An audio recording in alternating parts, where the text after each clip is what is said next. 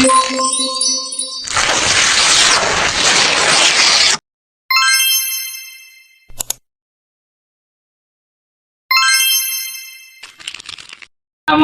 warahmatullahi wabarakatuh. Perkenalkan, nama saya Muhammad Fahnur Ali dan rekan saya Fahira Lestari. Di sini kami akan melakukan observasi sekaligus wawancara kepada salah seorang kepala sekolah di SD Muhammadiyah 1 Limboto Mengenai perencanaan peningkatan kreativitas siswa di SD Muhammadiyah 1 Limboto dalam memenuhi tugas mata kuliah perencanaan pendidikan untuk penilaian ujian akhir semester.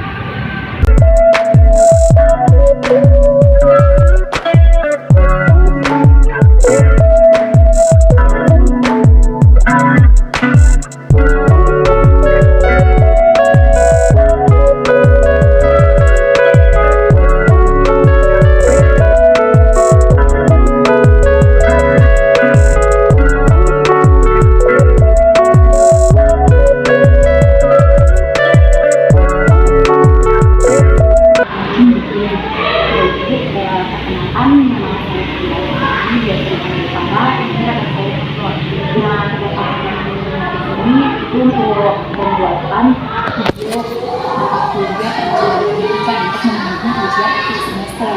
Nah, itu diberi tugas tentang video pendidikan dan itu untuk wawancara di masing-masing sekolah. Nah, kami memilih sekolah ini dan tujuan karena awalnya ilmu dari sini dan itu mempermudahkan untuk mengelola seperti itu. Di sini kami sudah menyiapkan 2 pertanyaan. Nah, pertanyaan ini itu tentang perencanaan dari kreativitas minat dan bakat siswa di sekolah ini. Nah, seperti itu. Mungkin bisa dimulai.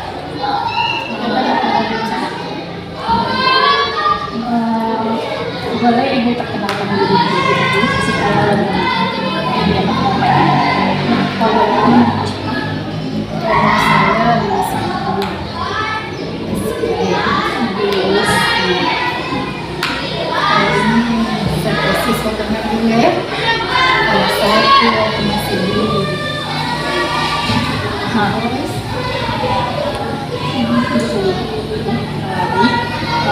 yang pertama, bagaimana cara sekolah dalam pengembangan kreativitas siswa di sekolah ini? Nah, apakah melalui kegiatan ekstrakurikuler atau intrakurikuler? Misalnya kan ada dalam pengembangan minat dan bakat dalam bidang seni, seperti apakah kegiatan yang biasa dilakukan di sekolah Muhammadiyah? Pengembangan bakat minat ya, kreativitas melalui minat.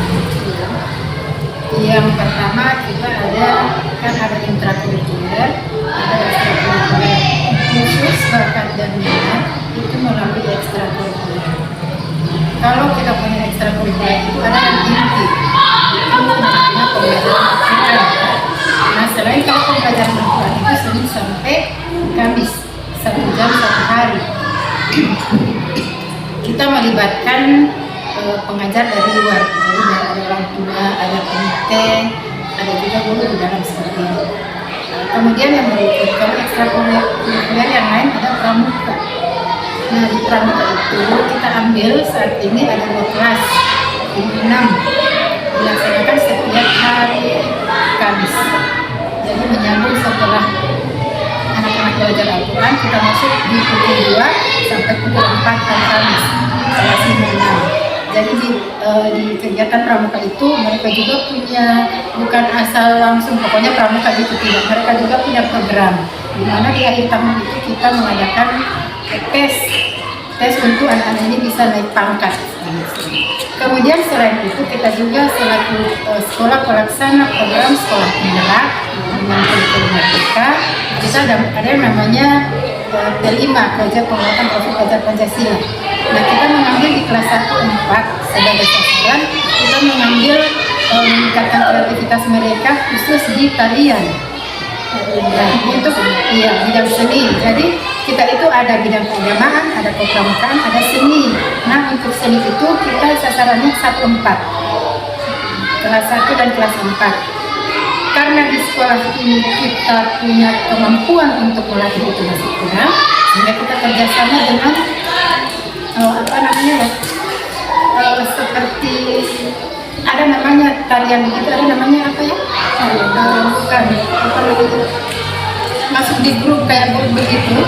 Jadi kita kerjasama dengan mereka, lalu mereka itu kita komunitas, kita kerjasama mereka. Jadi mereka kita datangkan sebagai pelatih dan sasaran kita di satu tempat yang tentunya untuk melihat itu melalui tidak langsung serta merta ini harus menarik, tidak. Jadi kita lihat dulu seperti apa minat dan bakat dari peserta ini. Jadi kita kalau lihat kesenian itu satu tempat khususnya tarian.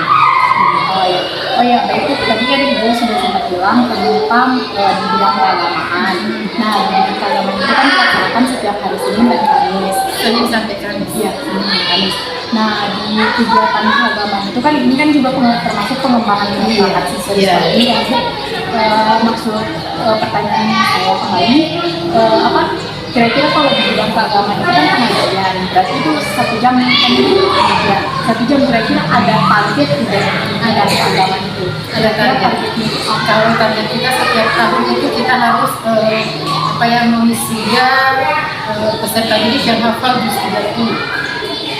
Jadi target ketika anak-anak lulus itu mereka hafal juz 30 dan alhamdulillah kita sudah, karena program itu baru, alhamdulillah kita tahun kemarin kita wisuda 7 peserta didik yang hafal juz 30. Jadi kita dari awal, dari kelas 1 dari yang 40 sampai bagaimana mereka bisa selesai di titik 6, setelah selesai di titik 6 ada yang baca Quran dan terakhir itu hafalan.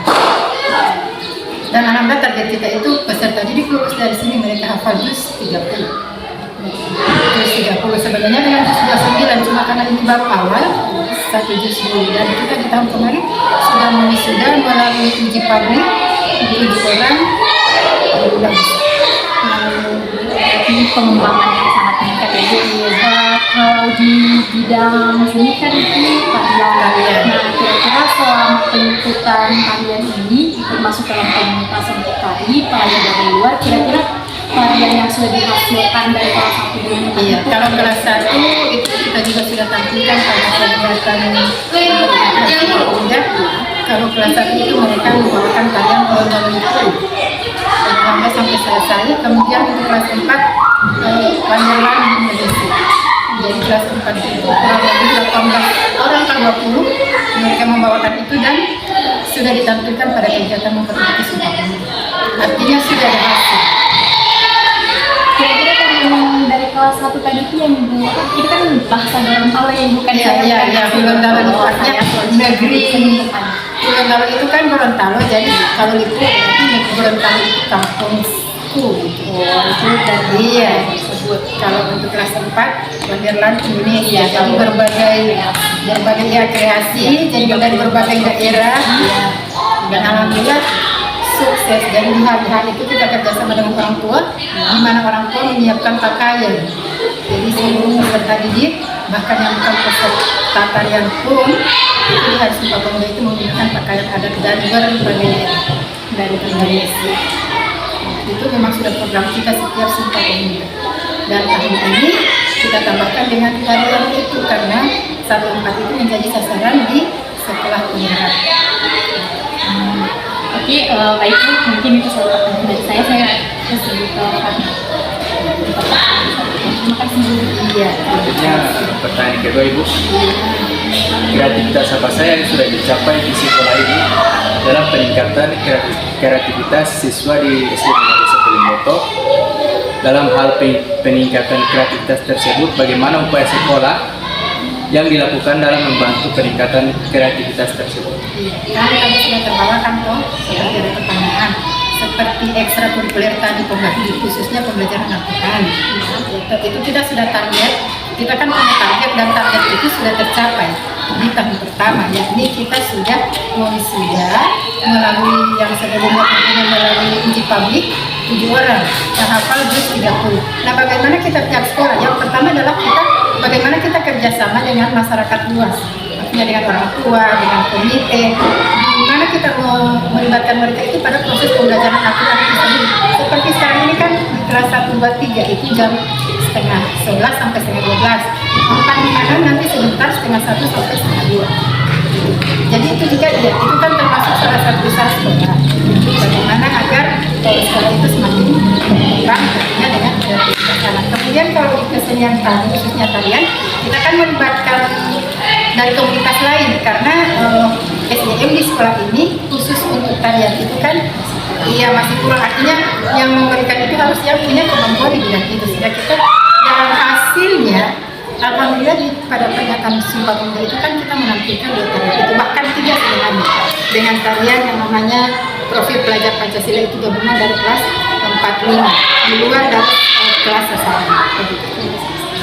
Kelas sasaran sekarang kita kan 4, lalu kita mengambil 5-6 sebagai gabungan dan kita latih untuk tarian Profil Pelajar Pancasila. Boleh saya bertanya? Ya, silakan. Itu ada bilang tadi itu untuk kelas sasaran berarti setiap bagian bidang kan bidang keagamaan, kesenian dan pramuka.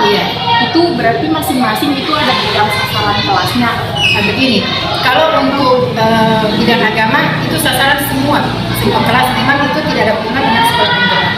Kebetulan juga kita masuk di sekolah tahun 2018. Saya tambahkan dengan satu kegiatan itu bagaimana agar peserta didik setelah lulus mereka paling tidak hafal, dan itu sasarannya 1 sampai 6. Jadi 1 sampai 6 dari yang kita huruf sampai dengan yang hafal. Tetapi kalau tadi sebut sasaran 1-4, kebetulan di sekolah ini kan masuk pelaksana program sekolah penggerak tahun pertama. Kalau tahun pertama itu kita ambil 2 kelas 1-4. Nanti untuk selanjutnya tambah lagi 2 kelas, tahun ketiga lagi tambah 2 kelas, sehingga di tahun keempat akan menjadi sasaran semua. Iya. Lagi di bidang pramuka. Sebenarnya pramuka itu ekstrakurikuler pramuka wajib 1 sampai 6. Nanti kita kan sewaktu-waktu setiap hari Kamis itu kita kalau pagi memang secara keseluruhan, tapi untuk ekstra sore kita ambil di mana? Di sore hari.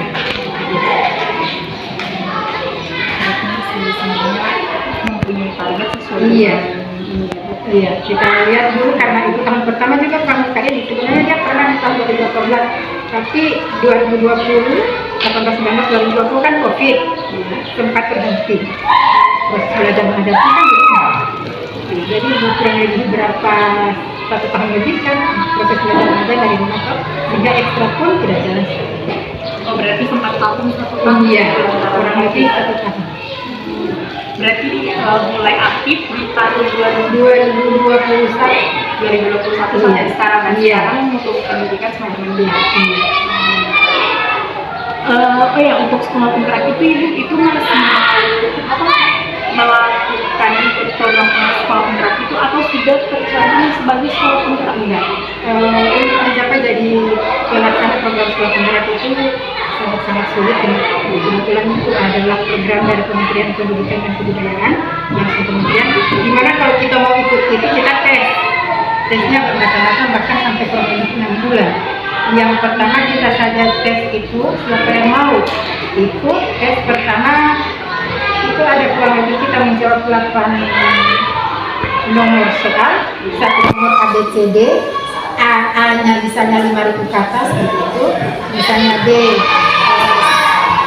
800 kata misalnya, dan itu benar-benar kita buat di sekolah itu tesnya.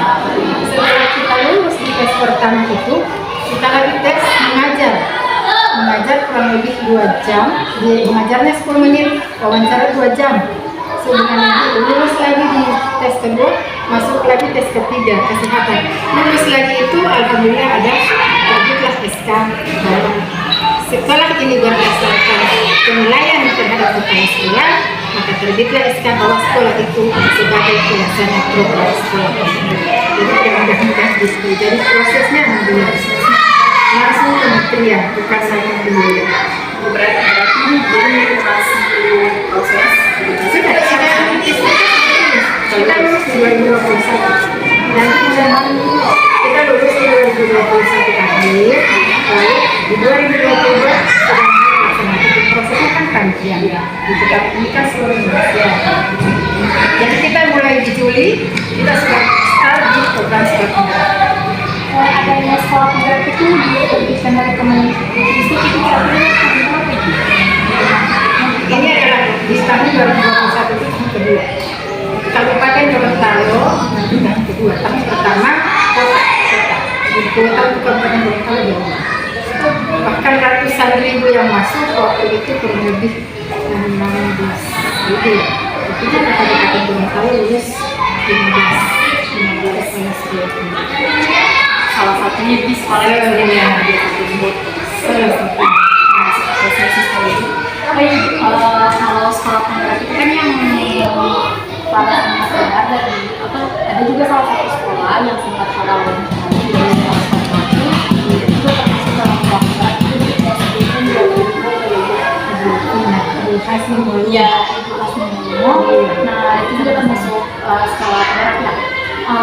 Ini Bu, di sekolah penggerak itu kira-kira ada kurikulum khas atau ada program kurikulum merdeka yang harus kira-kira bisa dijelaskan apa itu? Kalau sebelumnya kita kan menggunakan kurikulum 2013, sekarang kita sudah menggunakan kurikulum merdeka sebagai pelaksanaan program sekolah penggerak. Di mana kurikulum merdeka itu semuanya berpusat pada peserta didik. Berarti iya, sesuai kebutuhan peserta didik. Jadi kita mau belajar peserta didik sesuai kebutuhan didik. Berarti sudah tidak ada kayak untuk memaksakan. Berarti itu semua dari kebutuhan. Iya, pada awal begitu belajar mengajar kita ngecek dulu persiapan awalnya apakah peserta didik sudah siap. Kalau dulunya kita kan ini yang bodoh, ini yang pintar, karena ada begitu. Mungkin sehingga setelah kita melakukan namanya asesmen awal, nanti pada saat proses belajar mengajar, khususnya pada kerja kelompok akan sendiri yang sudah siap belajar dan yang belum siap belajar. Tugas mereka pun akan berbeda. Jadi yang sudah siap belajar mungkin materinya agak kritis sedikit, kemudian yang belum siap belajar disesuaikan dengan kebutuhan. Iya, jadi tidak seperti dulu harus semua harus satu kelas ini harus kerja yang sama gitu. Ada perbandingan. Iya. Berarti ada pencapaian tertentu Iya. oleh sekolah penggerak masuk di kurikulum merdeka. Sudah tidak pakai K13 lagi Bu ya? Yang melaksanakan K13 kelas 2, 3, 5, 6. Walaupun mereka menggunakan itu dari K13, tapi mereka juga sedikitnya kita sudah transfer ilmu. Apa yang kita terima ketika kita di 3 dengan 204, kita bisa transfer. Jadi mereka menyesuaikan pelan-pelan agar ketika kelas mereka menjadi sasaran, mereka sudah bisa. Iya.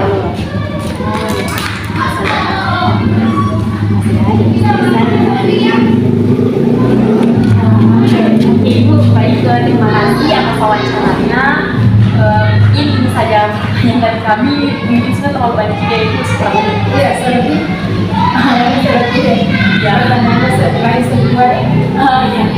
Oke, Ibu, terima kasih atas informasi-informasi terutama siswa di sekolah SD itu termasuk prestasi-prestasi dan apresiasi yang sudah diberikan dari sekolah ini.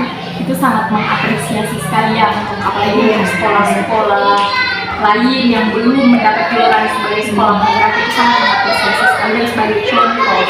Jadi ini tulis dari kami, terima kasih banyak Bu. Jurusan manajemen informatika semester 3.